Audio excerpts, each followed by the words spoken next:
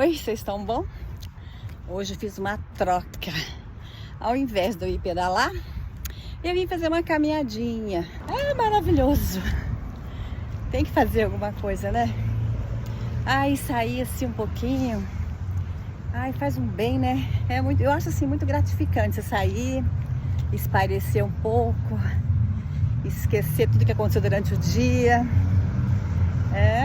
Mudar, né? Um dia você tá lá, passa o dia trabalhando, aí à noite você sai um pouquinho, tirar do estresse do dia. Há momentos que você tem que tirar um tempinho pra você, pra curtir você, curtir a gente mesmo, entendeu? Estar com o nosso eu, né?